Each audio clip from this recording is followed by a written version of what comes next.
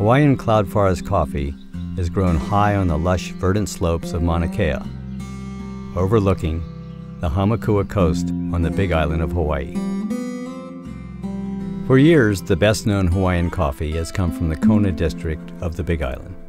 But best known and best aren't necessarily always synonymous.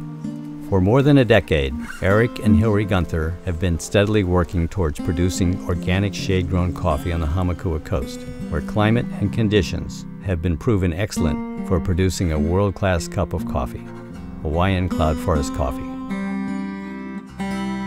Before the first people arrived on the Big Island, the land on which the Hawaiian Cloud Forest Coffee Farm now sits was quite likely a climax forest, a community of plants that will eventually grow and remain dominant when human activity is absent. These trees would have included koa, ohia, and other indigenous Hawaiian trees. Thomas Edison has been quoted as having said, "Genius is 1% inspiration and 99% perspiration." Nowhere is this more true than with farming. When Eric and Hillary first purchased the property on which the Hawaiian Cloud Forest Coffee Farm now sits, and envisioned the paradise they hoped it would become, the reality was that after centuries of human use, the land looked nothing like it did when it was an untouched climax forest. Eventually, with all of the valuable hardwoods having been harvested, the land was left best suited for grazing cattle. When the Gunthers took ownership of this property, as you can see from this early photo, it was a mixture of grassland and scrub brush, mainly guava. It has taken a lot of effort to clear the land and gradually realize their vision for and commitment to creating a sustainable organic farm. Longtime residents of Hawaii, the Gunthers have developed an intimate knowledge of the land based on years of observation and applied knowledge. Here's an example of our coffee farm. These are Coffea arabica variety typica coffee trees. They're native to Ethiopia.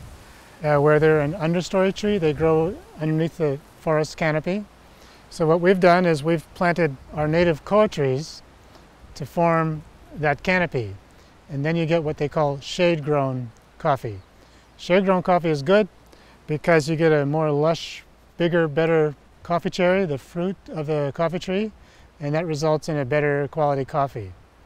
The canopy also protects the coffee trees from the wind. We live on the windward side of the island, so there's a lot of times when we want to protect our plants from too much wind. The koa trees also are setting nitrogen into the soil, so it helps to fertilize, to feed the coffee trees. They also provide habitat for birds and bees, endangered species. We have Hawaiian bat, Hawaiian hawk, Hawaiian duck, and the Hawaiian owl, and they all sort of benefit from sort of recreating this canopy. Ultimately, the koa trees will get to be some hundreds of years old and 100, 120 feet tall, 6 feet in diameter, and they'll form a beautiful Hawaiian hardwood. The Hawaiians used to make canoes out of the koa tree, and we use it today for making furniture and other things. So they are really actually a valuable crop in and of themselves. Coffee was first brought to Hawaii in about in the 1870s and planted on the Hamakua Coast here. And it was actually quite a big crop and was planted in all the appropriate locations along this coast. And I believe that there were about 5 coffee mills at one time on the Hamakua. These particular trees came from a farm about 1.5 miles down the road and at the same altitude as we are, and it was planted in the early 1900s. When the coffee cherries turn this shade of red, they're ready to be picked. And once they're picked and weighed, they're ready for processing.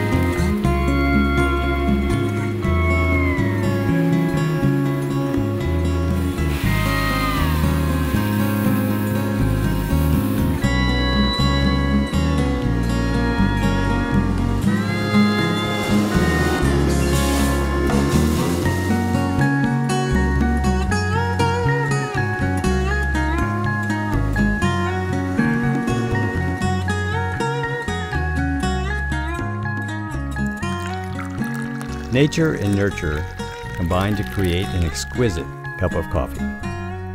Paradise in a cup.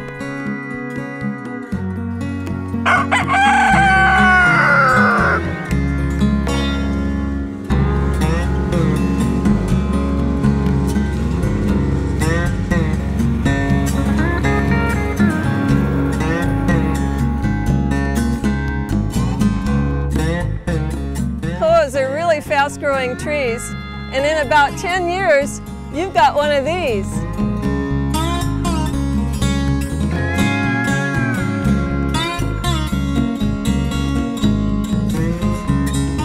$1,200,342, $1,224,928,